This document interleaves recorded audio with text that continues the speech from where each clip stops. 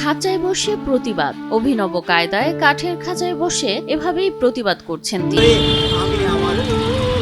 নিজের দাবি দাওয়া পূরণের জন্যই এ পথ বেছে নিয়েছেন তিনি। খাঁচায় বসেই নিজের দাবির কথা জানান এই ব্যক্তি।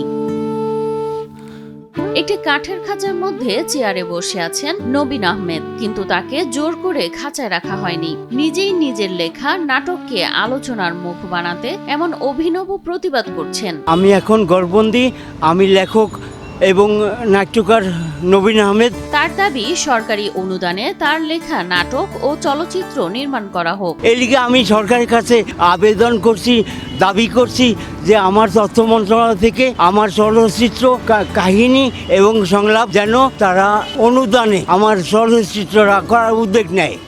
বরিশালের মেহেন্দিগঞ্জ উপজেলার বাসিন্দা নবীন আহমেদ সমাজের নানা অসঙ্গতি ও অবহেলার বিরুদ্ধে দীর্ঘদিন ধরে অভিনব প্রতিবাদ করে আসছেন।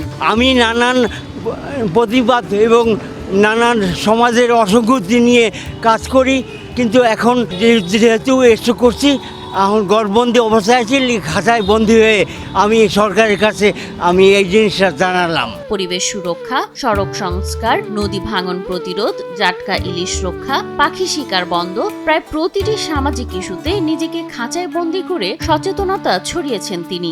আমি ডেঙ্গু মশা এবং জাটকা ইলিশ এবং বাল্যবিবাহ এবং মাছ ধরা, মাছ নষ্ট করে দেয়, মাছ ছোট গুড়া মাছ মারিয়া ফেলায় এবং বিভিন্ন অসঙ্গতি নিয়ে সমাজের কাজ করি। এবারের প্রতিবাদটি তার লেখার প্রতিভার প্রতি অবহেলার প্রতিবাদ। নবীনের কাছে অর্ধ শতাধিক নাটকের পাণ্ডুলিপি রয়েছে, কিন্তু এসব এখনো আলো দেখেনি। তাই তথ্য মন্ত্রণালয় থেকে সরকারি অনুদান প্রাপ্তি ও চলচ্চিত্র নির্মাণের দাবিতে তিনি নিজেকে খাঁচায় বন্দী করে অভিনব প্রতিবাদ শুরু করেছেন। আমি বহু নাটক লিখছি, প্রায় অর্ধশত, এবং নাটক জমাও দিছি অনেক জায়গায়, অনেক পরিচালকের কাছে, কিন্তু কোনো সুরা হয় নাই, আমার প্রতিভা বিকশিত হয় নাই। নবীন জানান ঢাকা জাতীয় প্রেস ক্লাব সহ দেশের বিভিন্ন জেলায় তিনি এমন প্রতিবাদ করেছেন। তার প্রতিবাদে আমি প্রেস ক্লাবে ঢাকা বিভিন্ন জেলায় আমি কাজ করি। এখন আমি অসুস্থ, করতে পারি না। তার লেখা নাটকের মধ্যে উল্লেখযোগ্য নক্ষত্রের মৃত্যু, রক্তাক্ত ৭১, টুনির ফ্রক, মুক্তিযোদ্ধা বাবা, রোবটের কাঁধে হাতির বাচ্চা। আমার স্ক্রিপ্ট আছে 50টা মতো।